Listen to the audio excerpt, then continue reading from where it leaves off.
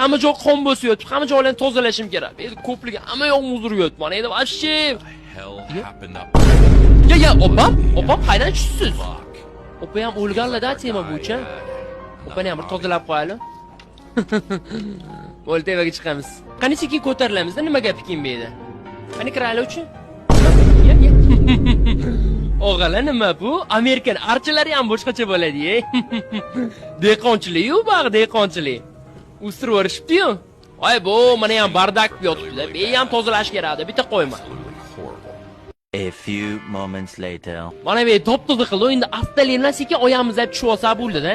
Mana sekin olib tushib olamiz endi. Astalik bilan shikast yetkazmagan holda mana shu pastga tushirib yuborishimiz kerak. Mana.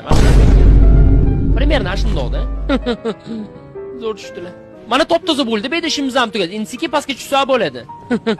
Faqat o'sha dehqonchiligimiz qolib ketmasa mana yerda bo'ldi.